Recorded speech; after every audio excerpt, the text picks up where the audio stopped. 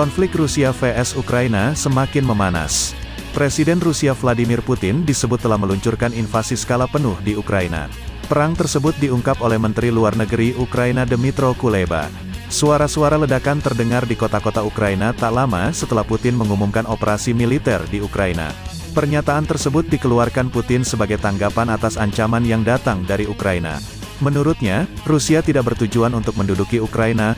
Pertumpahan darah terletak pada rezim Ukraina, kata Putin. Sehari sebelumnya, pemerintah Ukraina telah mengumumkan keadaan darurat nasional, di tengah meningkatnya ancaman invasi Rusia. Sebenarnya apa penyebab konflik Rusia vs Ukraina yang berujung perang ini? Sejarah konflik Rusia vs Ukraina. Akar konflik Rusia vs Ukraina dapat ditelusur dari sejarah yang keberadaan wilayah tersebut. Sekitar 1200 tahun lalu, Ukraina, Rusia, dan Belarusia lahir di tepi sungai Dnieper di Kievan Rus, sebuah negara adidaya pada abad pertengahan yang mencakup sebagian besar Eropa Timur, dilansir dari Al Jazeera. Meski terlahir di wilayah yang sama, baik Rusia maupun Ukraina memiliki perbedaan yang jauh dari segi bahasa, sejarah, hingga kehidupan politiknya. Namun, Presiden Rusia Vladimir Putin berulang kali mengklaim bahwa keduanya adalah satu bagian dari peradaban Rusia. Klaim ini dibantah oleh Ukraina. Dilansir dari National Geographic, pada tahun 988, Pangeran Novgorod dan Pangeran Besar Kiev menerima iman Kristen Ortodoks dan dibaptis di kota Chersonesus di Crimea. Sejak saat itu, pemimpin Rusia Vladimir Putin baru-baru ini menyatakan, Rusia dan Ukraina adalah satu orang, satu kesatuan. Rusia vs Ukraina sudah terlibat konflik tahun 1917. Dalam perjalanannya, Rusia vs Ukraina memang sudah terlibat konflik pada tahun 1917 saat terjadinya revolusi Bolshevik.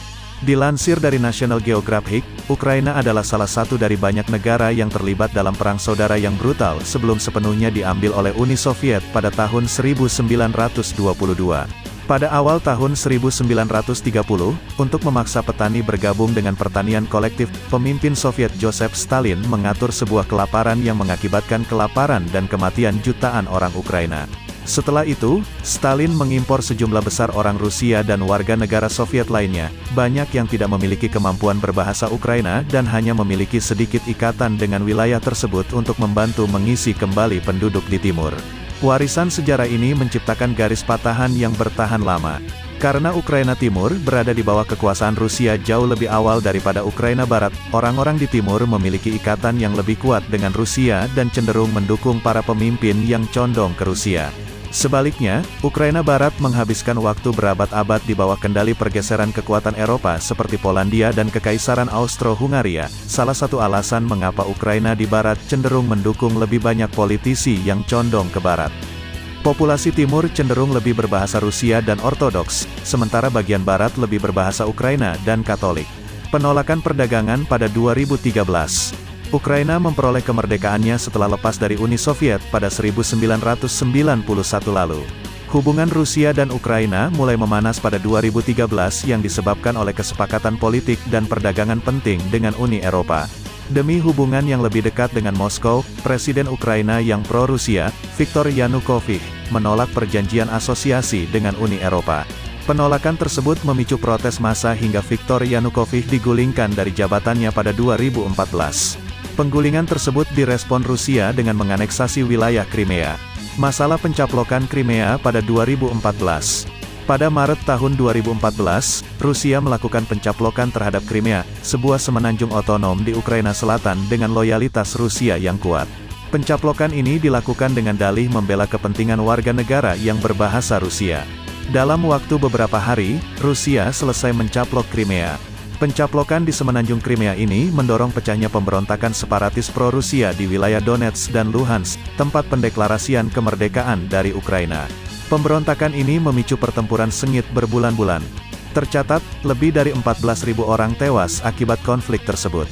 Perjanjian damai yang gagal pada 2015. Pada 2015, Rusia dan Ukraina melakukan perjanjian damai untuk mengakhiri pertempuran skala besar dengan ditengahi oleh Prancis dan Jerman. Namun, upaya tersebut gagal mencapai penyelesaian politik. Gencatan senjata berulang kali dilanggar. Masalah keinginan Ukraina gabung NATO. Konflik Rusia vs Ukraina juga disebabkan oleh keinginan Ukraina untuk bergabung dengan North Atlantic Treaty Organization, NATO. Hal tersebut memicu ketegangan Rusia yang seakan melarang Ukraina untuk bergabung dengan NATO. NATO sendiri didirikan pada tahun 1949 dan telah berkembang ke 30 negara, termasuk bekas-bekas Republik Soviet, yakni Lituania, Estonia, dan Latvia. Sebenarnya apa yang diinginkan Putin? Dilansir dari BBC, Rusia telah berbicara tentang momen kebenaran dalam menyusun kembali hubungannya dengan NATO dan telah menyoroti 3 tuntutan.